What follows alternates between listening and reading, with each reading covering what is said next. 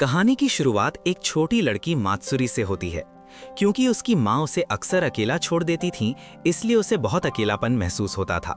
इसी वजह से वो हमेशा ये चाहती थी कि काश उसका कोई बड़ा भाई होता। एक दिन हम देखते हैं कि वो बैठकर टीवी चालू करती है और वहाँ उसे एक म्यूजिक बैंड दिखाई देता है। वो उन्हें देखने लगती है। उस बैंड का नाम ट्रेसेट्टो होता है।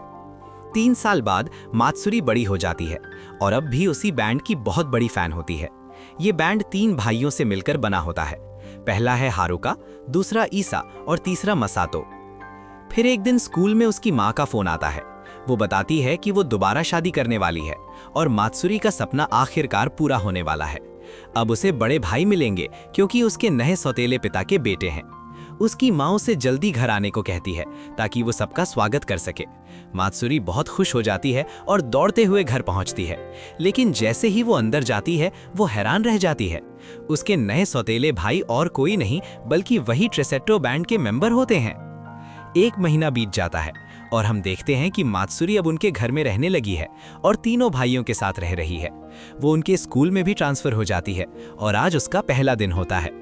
सुबह जब वो नीचे आती है तो वो उन्हें आपस में लड़ते हुए देखती है, जिससे वो बहुत दुखी हो जाती है। उसने हमेशा सोचा था कि वे तीनों एक दूसरे से बहुत प्यार करते हैं और बहुत करीब हैं, लेकिन जब से वो उनके साथ रहने लगी है, वो बस उन्हें झगड़ते और एक दूसरे से ना बनते हुए ही देख रही है।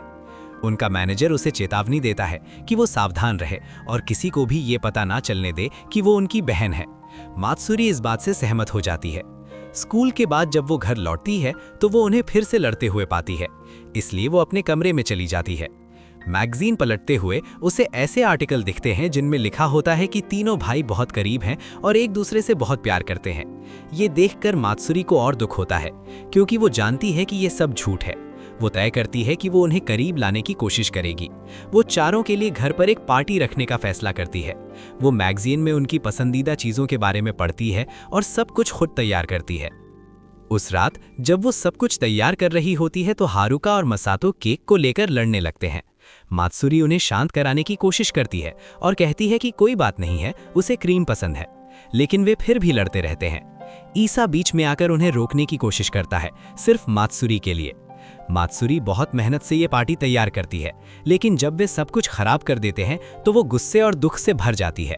गुस्से में वो अपने बनाए हुए पेस्ट्री में से एक उनकी तरफ फेंक देती है, जो ईसा को लग जाती है। तीनों उसके इस व्यवहार से हैरान रह जाते हैं क्योंकि वो आमतौर पर बहुत शांत रहती है।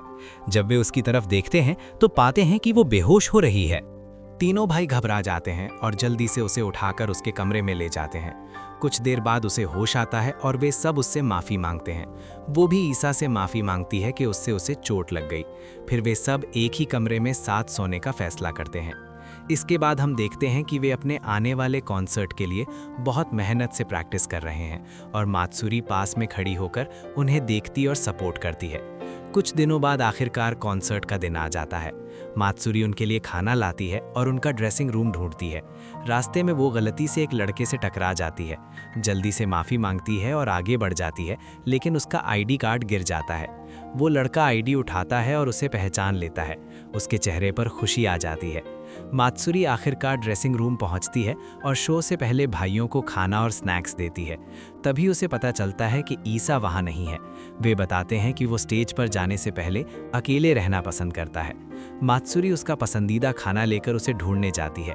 जब वो उसे पाती है तो उसे खाना देती है, लेकिन महसूस करती है कि वो खुश नहीं है। वो उससे पूछती है कि क्या वो नर्वस है या खाना खाने का मन नहीं है।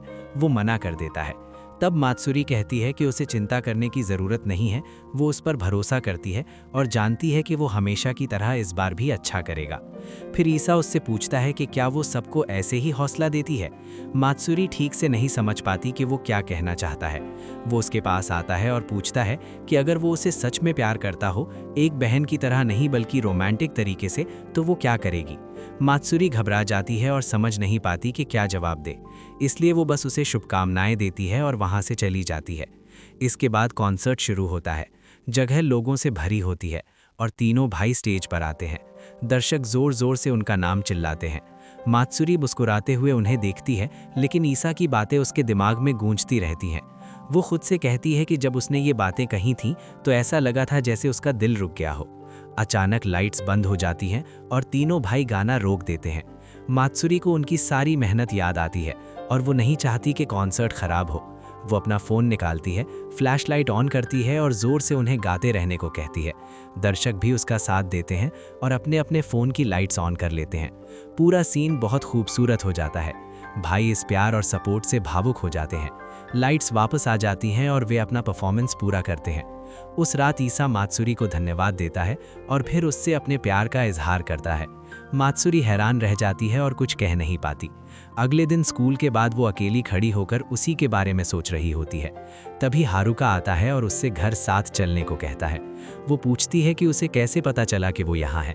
हारुका कहता है कि वो हमेशा उसे जीपीएस से ढूंढ सकता है। ये सुनकर मात्सुरी होश हो जाती है कि वो उसकी चिंता करता है। उसी समय वो लड़का जिससे वो कॉन्सर्ट से पहले टकराई थी वहाँ से गुजरता है। उसका नाम सुबारू होता है और वो तीनों भाइयों का दोस्त होता है। वो हारुका को नमस्ते करता है और फिर मात्सुरी को देखकर पहचान लेता है। वो उसे याद दिलाता है कि वो उसका बचपन का दोस्त है जिसे वो पहले बड़े भाई जैसा मानती थी। मात्सुरी उसे पहचान लेती है और बहुत खुश होती है। सुबारू खुशी में उसे गले लगाकर उठा लेता है। हारुका उसे बताता है कि मात्सुरी अब उनकी छोटी बहन है क्योंकि उसकी माँ ने उनके पिता से शादी कर ली है। सुबारू उससे अकेले में बात करने की इजाज़त मांगता है। वे बैठकर पुरानी बातें याद करते हैं।